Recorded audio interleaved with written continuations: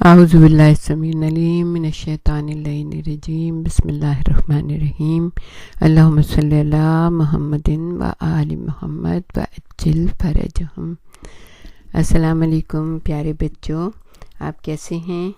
ہم آج آپ کے سامنے بہت اچھی کتابیں جو ہماری اسلامی کتابیں ہیں ان کے بارے میں کچھ تذکرہ آپ کے سامنے کرنا چاہتے ہیں۔ آپ لوگوں کو کتابیں پڑھنے کا تو بہت شوق ہے نا، بک ریڈنگ ضرور کرنی چاہیے، اس سے بہت سکون ملتا ہے، بہت ساری معلومات آپ تک پہنچ جاتی ہیں۔ اسلامی کتابیں میں ہم آپ کے سامنے جو پہلا سوال کر رہے ہیں وہ یہ ہے کہ وہ کتابیں، وہ بکس جو تمام ائمہ کے پاس رہیں، جن میں تمام احکامات خدا اور آیات اپنی صحیح تفسیر کے ساتھ موجود تھیں، انہیں کیا کہا جاتا ہے؟ یعنی ہر ائمہ کے پاس تھیں، جناب امام علی علیہ السلام اور اس کے بعد جتنے ائمہ ہوئے، اور اب وہ بکس جو ہیں وہ ہمارے زمانے کے امام اجل اللہ تعالی فرجہ شریف کے پاس ہیں، اور جب انشاءاللہ ان کا ظہور ہوگا ہمیں ان کی زیارت نصیب ہوگی۔ وہ کون سی کتابیں ہیں؟ وہ دو کتابیں ہیں، وہ کتابیں ہیں کتاب علی اور صحیفہ فاطمہ۔ کتاب علی ہے ایک کتاب اور ایک ہے صحیفہ فاطمہ۔ تو یہ دو کتابیں جو ہر ائمہ کے پاس اپنے زمانے میں موجود رہی ہیں، اور ہمیں بھی انشاءاللہ ان کا دیدار نصیب ہوگا، ہمیں بھی اس میں سے امام بتائیں گے وہ جب ہمارے زمانے کے امام آئیں گے۔ تو یاد رکھیے گا، کتاب علی اور صحیفہ فاطمہ ایسی کتابیں جو ائمہ کے پاس ہیں۔ اچھا، دوسرا سوال آپ سے یہ ہے کہ آیت اللہ باقر الصدر نے فلسفے پر وہ کون سی مشہور کتاب لکھی جو آج بھی دنیا کی مختلف بڑی بڑی یونیورسٹیز میں پڑھائی جاتی ہے؟ آیت اللہ باقر الصدر کے بارے میں تو آپ کو پتہ ہے نا، اتنے بڑے عالم دین تھے اور انہوں نے بہت شیعت کے لیے کام کیا، ہمارے دین کے لیے انہوں نے بہت زیادہ کام کیا۔ انہوں نے اتنی مشہور کتاب لکھی ہے فلسفے کے اوپر، اور اس کا جواب کیا ہے، وہ کتاب کون سی ہے؟ وہ اس کتاب کا نام ہے فلسفاتنا۔ تو یہ جو ہے نا فلسفے کی کتاب ہے، لیکن بہت بڑی بڑی یونیورسٹی میں اس کو پڑھایا جاتا ہے۔ ایک اور ہیں ہمارے شیخ صدوق، بہت بڑے عالم دین ہیں، کہ جن کی ایک کتاب ہے، بہت ہی مشہور کتاب ہے۔ اس میں بڑی انٹرسٹنگ چیزیں یہ ہیں کہ جس میں اسلام کے بہت سارے احکامات کی وجوہات اور مصلحتیں بتائی گئی ہیں۔ دیکھیں، بعض دفعہ بچے بہت کیوریس چونکہ ہوتے ہیں، وہ ہر چیز کے بارے میں سوال کرتے ہیں، اور سوال کرنا بہت اچھی بات ہے، اس لیے کہ سوال نہیں کریں گے تو نالج کیسے بڑھے گی؟ اب یہ جو ہم نے آپ کے سامنے پروگرام رکھا ہے وہ اسی لیے کہ جب انسان سوال کرتا ہے اور کوئی اس کا جواب دے دیتا ہے تو ہوتا یہ کہ وہ ہمارے ذہن میں محفوظ ہو جاتا ہے۔ اگر ویسے ہی ہم پیراگراف کی صورت میں پڑھتے رہتے ہیں تو ہمیں یاد نہیں ہوتا، لیکن کویسچن آنسر، اسی لیے ہمارے دین میں اس کی بالکل اجازت ہے کہ جو ہے ہمیں ہمیشہ یاد رہے جب بھی کوئی کویسچن کا آنسر ہمیں پتہ چلے۔ تو وہ شیخ صدوق نے اسلام کے جو بہت سارے احکامات ہیں ان کی لاجک جو ہے وہ بتائی ہے کہ اس کتاب میں، اور اس کتاب کا نام آپ یاد رکھیے گا، اور اگر آپ کو مل جائے وہ کتاب، اور انگلش میں، اردو میں، جون سی زبان آپ بولتے ہیں اس میں ملے، ضرور پڑھیے گا، بہترین کتاب ہے۔ اس کا نام ہے علل الشرائع۔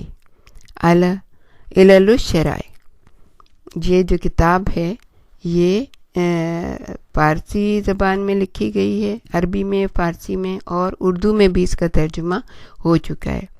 تو ہمارے پاس بھی یہ کتاب تھی، لیکن وہ کسی نے ہم سے لی اور پھر اس کے بعد وہ ہمیں کبھی واپس نہ ملی، لیکن اگر ہمیں ملی تو ہم آپ کو ضرور اس میں سے نالج آپ کو دیں گے۔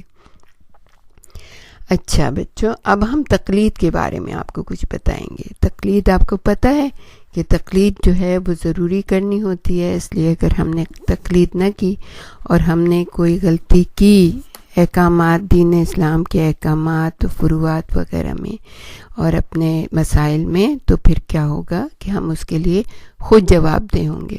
لیکن ہم نے اگر تقلید کی اور جس عالم کی ہم تقلید کر رہے ہیں اس کی کتاب ہم نے پڑھی اور اس کے فقہی مسائل اور ان کے جوابات سے ہماری واقفیت ہوئی، تو پھر ہم اپنے مسئلے کے لیے خود جواب دہ نہیں ہوں گے، بلکہ جس نے ہمیں مسئلے کا جواب پتہ ہے وہ کہتے ہیں کہ ہم جواب دہ ہوں گے. تو ان کی مدد بھی ہوتی ہے، ان کی مدد زمانے کے امام کرتے ہیں، اس لیے وہ جو ہے، اور پھر وہ بہت زیادہ پڑھتے ہیں، بہت زیادہ علم حاصل کرتے ہیں. اور یہ نہیں کہ ایک آدمی کہہ دے کہ یہ مجتہد ہیں یا آیت اللہ ہے، نہیں، ایسا نہیں ہوتا. جو ٹاپ موسٹ لوگ نالجبل جو لوگ ہوتے ہیں وہ کسی ایک کو اپوائنٹ کرتے ہیں کہ یہ ہم میں سب سے زیادہ جو ہے نا نالجبل ہے. مثال کے طور پر 10-15 جتنے بڑے بڑے عالم دین ہوتے ہیں، وہ ایک گروپ ہوتا ہے عالم دین کا جو ٹاپ موسٹ ہوتے ہیں، وہ اپنے میں سے ایک کو اپوائنٹ کرتے ہیں کہ ہاں اس کی جو علم ہے، ان کا جو علم ہے وہ ہم سب سے زیادہ ہے. تو سوال یہ ہوتا ہے کہ وہ لوگ کیا کہلاتے ہیں جو مجتہد یا عالم کی پہچان کر سکتے ہیں. ایک ہوتا ہے عالم اور ایک ہوتا ہے عالم، جس کو سب لوگ کہتے ہیں کہ ہاں بھائی اس کی نالج سب سے زیادہ ہے.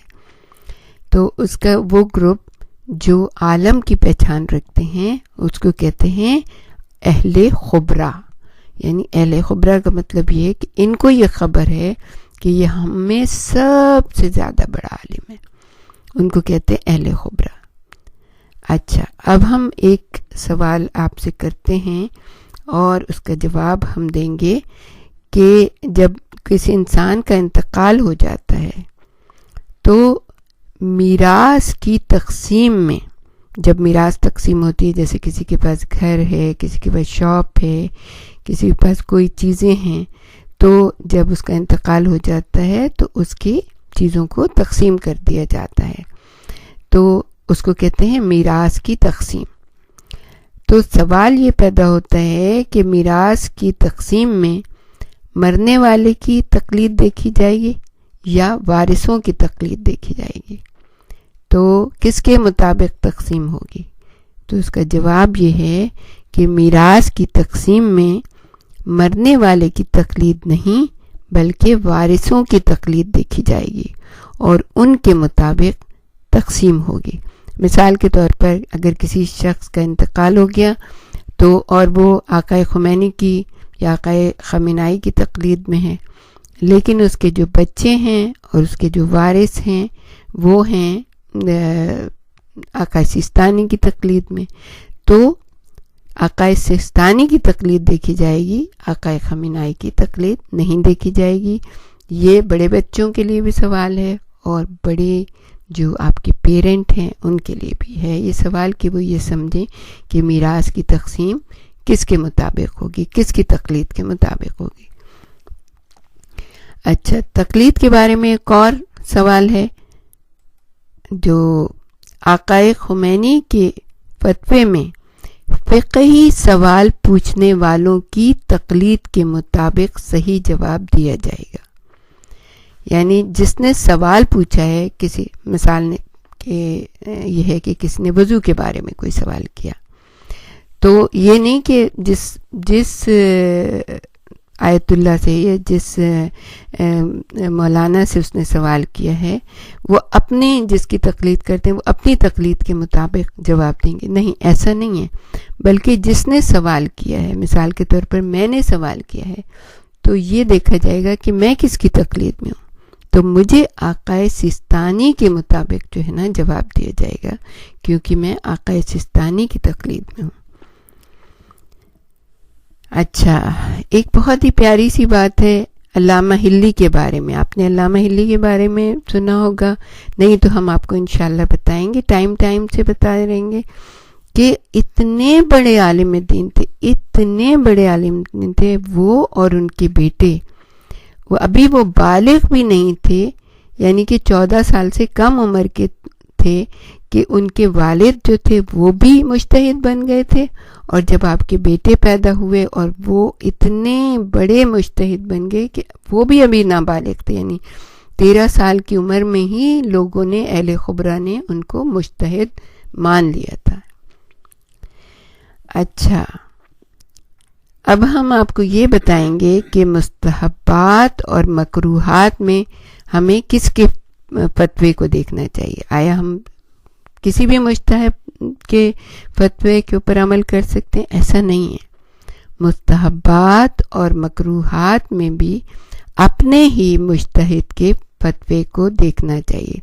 جیسے اکثر ہم کہتے ہیں نا کہ یہ جو ہے ہر عالم جو ہے نا وہ دوسرے عالم سے مختلف جواب دیتا ہے، تو آپ کو اگر مثال کے طور پہ ایک وقت میں 4 ایسے بڑے عالم دین ہیں، تو آپ کو کسی سے کوئی مطلب نہیں ہونا چاہیے، آپ کو صرف اس کی جس کی تقلید آپ کرتے ہیں اسی کے مسئلوں اور مسئلے کا جو جواب ہوتا ہے اس کے مطابق آپ کو جواب ملنا چاہیے، اور اسی کے فتوے کو آپ کو دیکھنا چاہیے کہ وہ کیا کہہ رہا ہے۔ یعنی کہ ہم کنفیوز ہوں کہ اس نے یہ کہہ دیا، دوسرے نے یہ کہہ دیا، تیسرے نے نہیں، ہمیں صرف اپنے عالم کے مجتہد کے فتوے پر عمل کرنا چاہیے اور ان کو دیکھنا چاہیے، تو ہم کبھی کنفیوز ہی نہیں ہوں گے۔ اچھا، اب ہم یہ آپ سے بتانا چاہ رہے تھے کہ وہ شخص جس پر پروردگار عالم اللہ تعالیٰ شرعی ذمہ داری ڈالتا ہے اس کا ایک خاص نام ہے۔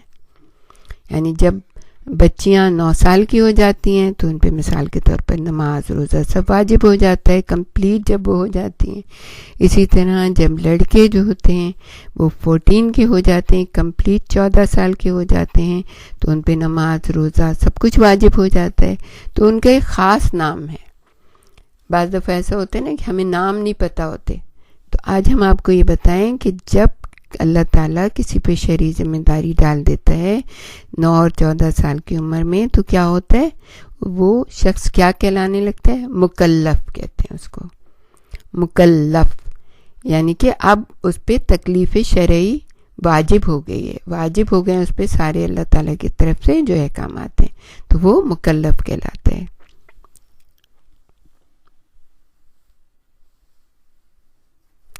اچھا، اب ایک اور سوال جس کا جواب ہم آپ کو بتائیں گے کہ عقائے خوئی کے فتوے میں اگر کوئی مسئلہ پوچھے تو ہم جس کی تقلید میں ہیں اس کے مطابق صحیح مسئلہ بتا سکتے ہیں۔ یعنی عقائے خوئی نے یہ کہا ہے کہ اگر کوئی فتویٰ کوئی مسئلہ پوچھے تو ہم جس کی تقلید میں ہیں اس کے مطابق صحیح مسئلہ بتا سکتے ہیں، سوال پوچھنے والے کی تقلید پوچھنا ضروری نہیں ہے۔ یہ ہم آپ کو بتا دیں کہ آقائے خمینی اور آقائے خوئی کے اس فتوے میں مختلف ہے تھوڑا سا۔ تو بہرحال آپ جس کے تقلید میں ہیں آپ کو صرف ان سے مطلب ہونا چاہیے، انہی کے احکامات کے اوپر آپ عمل کریں، اور کنفیوز ہونے کی بالکل بھی ضرورت نہیں ہے۔ یہ تو تھے تقلید کے مسائل۔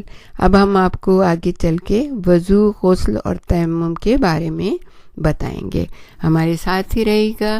ربنا تقبل منا انک انت السمیع العلیم وتب علینا انک انت التواب الرحیم۔ اللہم صلی علی محمد و آل محمد وعجل۔